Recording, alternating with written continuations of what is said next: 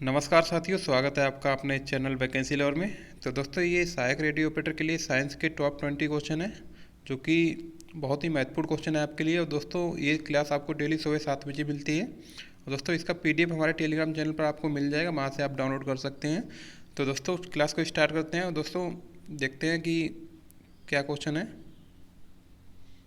इसका सिलेबस है, जो कि टोटल 14 चैप्टर हैं। और दोस्तों, आपके जो 25 क्वेश्चन बनेंगे साइंस के, वो दोस्तों 14 चैप्टर से ही बनेंगे। तो दोस्तों, जब तक परीक्षा नहीं हो जाती तब तक इन्हीं चैप्टर को बार बार रिवाइज करके और कॉन्सेप्ट को बिल्डअप करते रहिए। और दोस्तों, प्रैक्टिस हमारे साथ करते रहिए। तो दोस्तों, चलिए स्टार्ट करते हैं प्रैक्टिस सेट को। तो सबसे पहला क्वेश्चन देखिए, वान डेर वाल गैस समीकरण में नीतांक ए और बी की विमाएँ हैं। दोस्तों, आपने एक चीज़ पढ़ी होगी विमीय विश्लेषण में कि समान विमाओं की राशियों को ही एक दूसरे में जोड़ा या घटाया जा सकता है। तो दोस्तों, मैं आपको सबसे पहले वान डेर वाल समीकरण बता देता हूँ, जिससे कि आप इजीली इसको फाइंड कर सकें। तो दोस्तों, वान डेर वाल समीकरण होता है P plus a upon b square into v minus b is equal to R into T. दोस्तों, P से P फॉर यहाँ पर प्रेशर है और B फॉर वॉल्यूम है। और दोस्तों, B फॉर वॉल्यूम, और दोस्तों R जो होता है आपका गैस नीतांक होता है, और T आपका टेम्परेचर है। तो दोस्तों, यहाँ से आप देख सकते हैं कि एक तो बीमा हमको यहाँ से B की यहाँ से मिल जाएगी और A की यहाँ से मिल जाएगी। B की बीमा कैसे मिलेगी, यानी कि आपके क्या होता है कि समान बीमाओं की राशियों को ही एक दूसरे में जोड़ा या घटाया जा सकता है। यानी कि जो वॉल्यूम की बीमा होगी वही बी की बीमा होनी चाहिए। वॉल्यूम की बीमा आपकी L3 होती है। तो दोस्तों, बी की बीमा तो आपको पता चल गई L3। अब दोस्तों, ए की बीमा पता करने के लिए क्या करेंगे। दोस्तों, ए की बीमा पता करने के लिए जो आपकी प्रेशर की बीमा होगी उसमें मल्टीप्लाई कर देंगे वॉल्यूम की बीमा का होल स्क्वायर। क्योंकि दोस्तों, ये जब इधर लेकर के जाएंगे तो दोस्तों ये इसके गुणा में आ जाएगा। अब दोस्तों, बात करते हैं आपके प्रेशर की बीमा क्या होती है। दोस्तों, आपको प्रेशर की बीमा पता होना चाहिए कि जो आपका न्यूटन इंटू मीटर पर स्क्वायर होती है। तो दोस्तों, M L minus one T minus two हो जाएगी।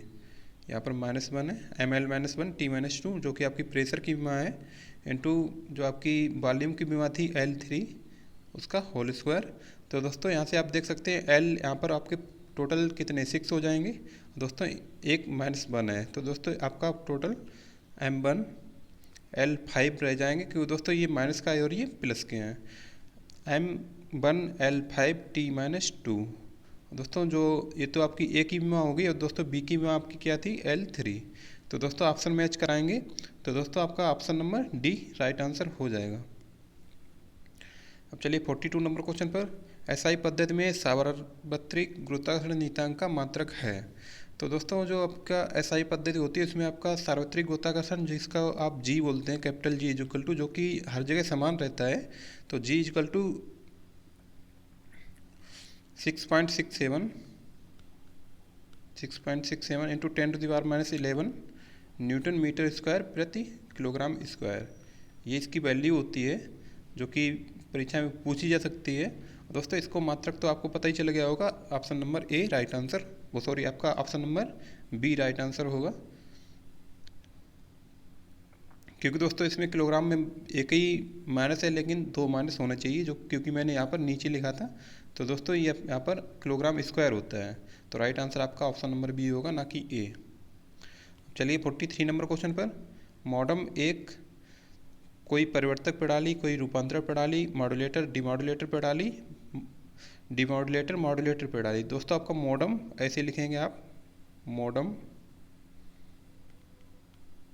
तो दोस्तों, इसका जो एम और ओ, ये इतना वाला भाग है ना, ये आपका कहलाता है मॉड्यूलेटर। दोस्तों, ये जो एम ओ वाला आपका भाग मॉड्यूलेटर कहलाएगा। एंड देन इसका ये जो भाग कहलाता है, ये कहलाता है डिमॉड्यूलेटर। तो दोस्तों, मॉडम एक आपका मॉड्यूलेटर डिमॉड्यूलेटर सिस्टम होता है।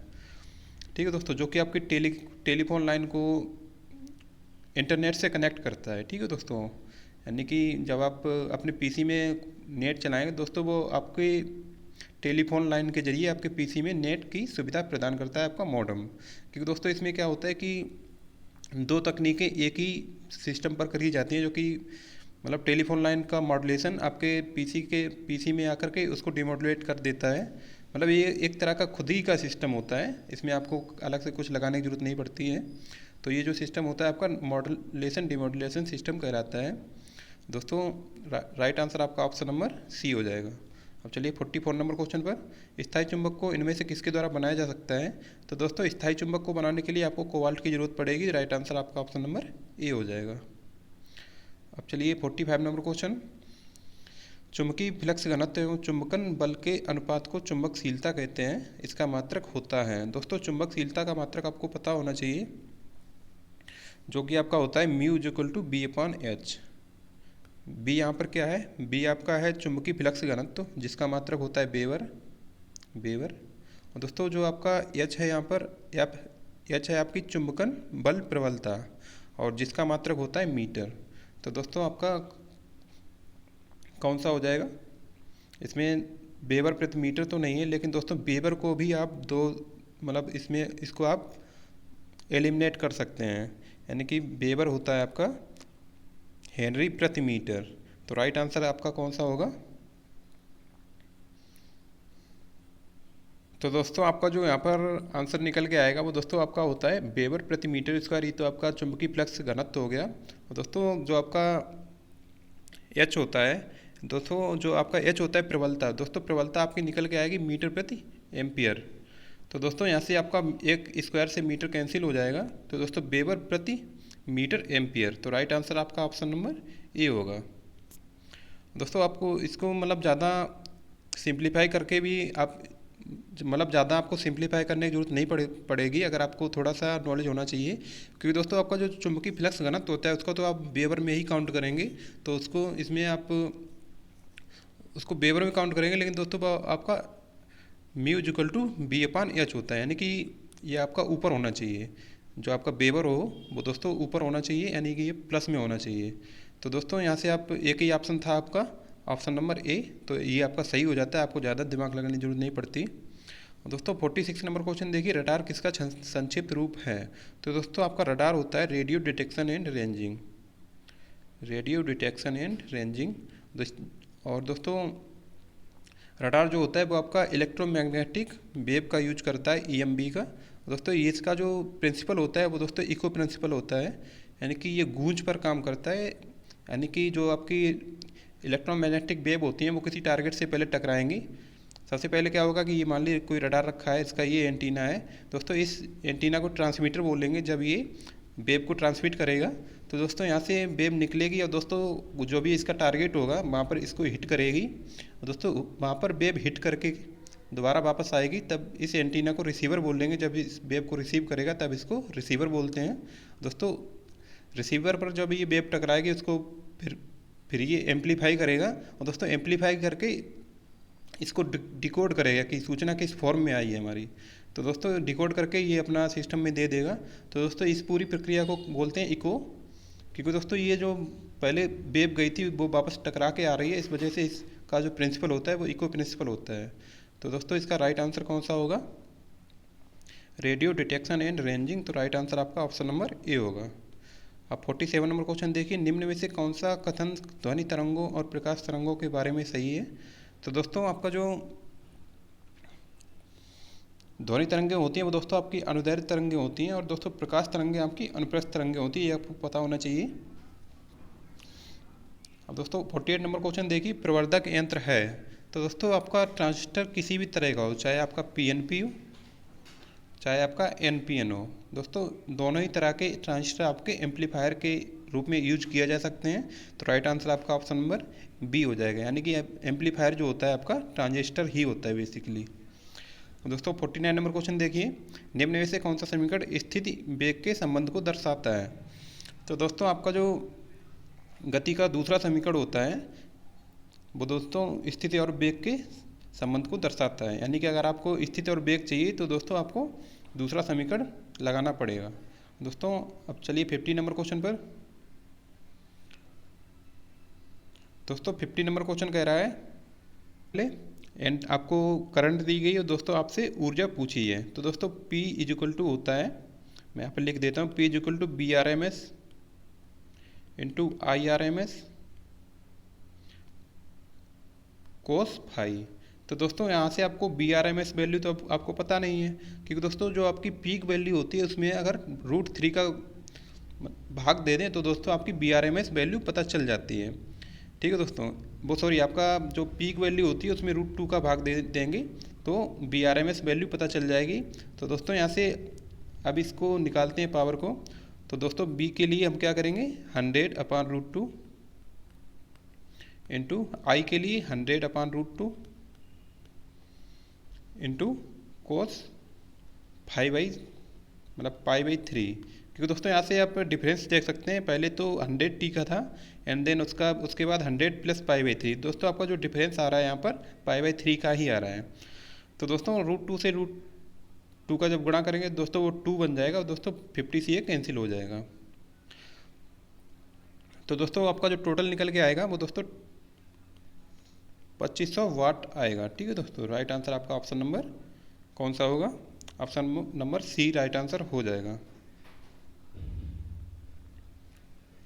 अब चलते हैं नेक्स्ट क्वेश्चन पर। ट्रांसफार्मर के सिद्धांत पर काम करता है।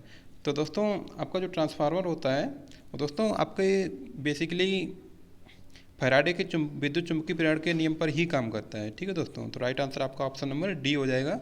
और दोस्तों एक चीज़ और पूछ जाती है ट्रांसफार्मर के बारे में कि दोस्तों ये किसका परिवर्तन करता है। दोस्तों ये सिर्फ B और I को ही परिवर्तित करता है। ठीक है दोस्तों, यानी कि इस ट्रांसफार्मर में पावर हमेशा सेम रहेगी। अगर वो B को कम कर रहा है तो I को बढ़ा रहा होगा और I को कम कर रहा है तो B को बढ़ा रहा होगा। ठीक है दोस्तों, यानी कि उच्चाई ट्रांसफार्मर होगा, यानी कि अगर आपका ट्रांसफार्मर स्टेप अप है तो दोस्तों वो वोल्टेज को बढ़ाएगा लेकिन करंट को हमेशा कम करेगा, तभी पावर सेम रहेगी। अब चलते हैं नेक्स्ट क्वेश्चन पर। दोस्तों इसमें आपको थोड़ा डाउट नहीं होना चाहिए, क्योंकि दोस्तों इसमें जो करंट दी गई थी वो मिली एम्पियर में थी, इस वजह से 100 का भाग देना पड़ा था, क्योंकि दोस्तों हमारा ऊपर 2500 आया था ना, 2500 आया था। तो दोस्तों मिली एम्पियर को एम्पियर में चेंज करने के लिए 1000 का भाग मैंने बाद में लगाया था, इस वजह से 2.5 वाट आ गया। तो राइट आंसर आपका ऑप्शन नंबर C था। अब 52 नंबर क्वेश्चन देखिए। डैश के कारण आकाश में तारा टिमटिमाता दिखता है। तो दोस्तों आपका जो तारे टिमटिमाते हैं वो बेसिकली बीच में जो माध्यम होता है उसके परिवर्तन के कारण ही होता है। तो राइट आंसर आपका ऑप्शन नंबर D होगा। चलिए नेक्स्ट क्वेश्चन पर 53 नंबर क्वेश्चन। जड़त्व का नियम किसके द्वारा प्रतिपादित किया गया था। तो दोस्तों जड़त्व का नियम तो आपको पता ही है, न्यूटन का पहला नियम जड़त्व का नियम है जो कि आइजैक न्यूटन ने दिया था। 54 नंबर क्वेश्चन देखिए। किसी वस्तु द्वारा किया गया कार्य 56 जूल है और उस पर लगाया गया बल 7 न्यूटन है, विस्थापन ज्ञात करें। तो दोस्तों ये तो बहुत इजी सा क्वेश्चन है, क्योंकि दोस्तों आपका W = F × D होता है, यानी कि कार्य बराबर बल इंटू विस्थापन। तो दोस्तों यहाँ से आपकी D की वैल्यू पूछेगी तो दोस्तों D = आपका हो जाएगा, ये इधर भेज देंगे, यानी कि W/F। तो W आपका कितना है 56 और F की वैल्यू 7 है, तो 8 × 7 = 56, तो 8 मीटर आपका विस्थापन हो जाएगा। राइट आंसर आपका ऑप्शन नंबर C हो जाएगा। 55 नंबर क्वेश्चन देखिए। पृथ्वी तल से h मीटर की ऊंचाई पर जाने पर गुरुत्वीय त्वरण के परिवर्तन का सूत्र कौन सा है। तो दोस्तों ये तो मैं आपको बहुत बार बता चुका हूँ। जो आपका सूत्र बनेगा जा करके वो आपका बनेगा G' = G/1 + H/r²। क्योंकि दोस्तों जितना ही नीचे जाएंगे ना दोस्तों उतना ही आपका G कम होता चला जाएगा। और दोस्तों कम किस वजह से होता है, क्योंकि दोस्तों यहाँ पर देख रहे हैं कि G का भाग हो रहा है, तो इसी वजह से ये कोई भी वैल्यू जब भी भाग होगा उसका तो वो कम ही होती चली जाएगी। अब दोस्तों चलिए 56 नंबर क्वेश्चन पर। व्हीटस्टोन ब्रिज का उपयोग किसके मापन से किया जाता है। तो दोस्तों आपका जो व्हीटस्टोन ब्रिज होता है जो कि आपका कुछ इस तरह से बनता है, मतलब 4 रजिस्टर लगे रहते हैं इसमें, और जिसमें कि आपको किन्हीं भी 3 प्रतिरोधों का मान पता होगा। और दोस्तों जिसमें से आप व्हीटस्टोन ब्रिज के माध्यम से एक प्रतिरोध का मान पता कर सकते हैं। तो दोस्तों ये मान लीजिए यहाँ पर P हमारा लगा है, ये Q लगा है, ये आपका R लगा है और ये S लगा है। दोस्तों बीच में हम जब करंट को फ्लो कराएंगे ये कोई बैटरी लगा देंगे यहाँ पर, तो दोस्तों आपका जो वैल्यू निकल के आएगी, यानी कि P/Q = R/S। दोस्तों मान लीजिए हमारी कोई भी ये वाली वैल्यू हमको पता नहीं है, तो दोस्तों इसको आप इजीली निकाल सकते हैं जब आपको 3 की वैल्यू पता होगी, 3 प्रतिरोधों की। तो दोस्तों जब आप करंट फ्लो कराएंगे दोस्तों, उसके बाद जो है आर एस की वैल्यू आपको पता चल जाएगी। तो इसमें कौन सा होगा, 56 का option number D right answer हो जाएगा। प्रतिरोध के मानों को पता करने के लिए व्हीटस्टोन ब्रिज का उपयोग किया जाता है। दोस्तों 57 नंबर क्वेश्चन देखिए, यदि कोई वस्तु वृत्ताकार पथ में घुमाई जाती है तो उस पर किया गया कार्य। दोस्तों जब भी कोई वस्तु आपकी वृत्ताकार पथ में घुमाई जाएगी तो जैसे होता है, मान लीजिए ये कोई वस्तु थी हमारी, ये यहाँ पर कोई वस्तु थी, इसको घुमा करके यहीं पर ले जाया गया। दोस्तों यहाँ पर ले जाने में क्या होगा कि विस्थापन आपका जीरो हो जाएगा। दोस्तों उसके बाद जब भी विस्थापन जीरो होगा तो कार्य आपका हमेशा जीरो ही होगा, क्योंकि दोस्तों W=F/d। बल आपने कितना भी लगाया हो, अगर विस्थापन जीरो है तो दोस्तों यहाँ से जीरो होगा, तो कार्य भी आपका जीरो हो जाएगा। राइट आंसर आपका ऑप्शन नंबर ए होगा। चलिए 58 नंबर क्वेश्चन पर, निम्न में से कौन ऊंचाई के साथ बढ़ता या घटता है। तो दोस्तों जब भी आपकी ऊंचाई बढ़ेगी या घटेगी तो दोस्तों आपकी जो स्थितिज ऊर्जा होती है वो आपकी बढ़ या घट जाती है, क्योंकि दोस्तों आपकी स्थितिज ऊर्जा यानी कि पोटेंशियल एनर्जी mgh होती है। तो दोस्तों आप हाइट दे सकते हैं, अगर आपकी हाइट मान लीजिए कम हुई तो दोस्तों स्थितिज ऊर्जा कम हो जाएगी, और बढ़ेगी जितनी हाइट बढ़ेगी उतनी स्थितिज ऊर्जा बढ़ जाएगी। तो राइट आंसर आपका ऑप्शन नंबर सी होगा। अब चलते हैं नेक्स्ट क्वेश्चन पर। 59 नंबर क्वेश्चन देखिए, ओम के नियमानुसार एक स्थिरांक है। तो दोस्तों आपको पता होना चाहिए जो आप ओम का नियम होता है वो दोस्तों आपका होता है R=B/I। तो इसमें कौन सा आपका ऑप्शन सही होगा, राइट आंसर आपका ऑप्शन नंबर ए हो जाएगा। अब देखिए 60 नंबर क्वेश्चन, यदि एक परिपथ के माध्यम में विभवांतर और धारा दोगुनी हो जाती है तो परिपथ का प्रतिरोध। दोस्तों अभी मैंने आपको फार्मूला बताया R/B/I। दोस्तों ये कह रहा है कि एक परिपथ के माध्यम से विभवांतर और धारा दोगुनी हो जाती है। मान लीजिए 2B, पहले B थी अब 2B हो गई दोस्तों, पहले I थी अब 2I हो गई। दोस्तों 2 से 2 तो आपका कैंसिल ही हो जाना है। तो दोस्तों इसमें क्या रहेगा आपका कि जो प्रतिरोध होगा वो समान ही रहता है। तो राइट आंसर आपका ऑप्शन नंबर सी हो जाएगा। तो दोस्तों ये थे आपके टोटल 20 क्वेश्चन जो कि अभी मैंने आपके डिस्कस करे। दोस्तों आपको ये कितनी सही हुए कमेंट करके बताना, और दोस्तों क्लास कैसी लगी वो भी बता देना। दोस्तों इसका PDF हमारे टेलीग्राम चैनल पर आपको मिल जाएगा। दोस्तों अगर आप हमारे चैनल पर नए, चैनल को सब्सक्राइब जरूर कर लें, क्योंकि दोस्तों यहाँ पर आपको डेली क्लास मिलती है। तो धन्यवाद दोस्तों वीडियो देखने के लिए, और मिलते हैं नेक्स्ट वीडियो में। तब तक के लिए बाय।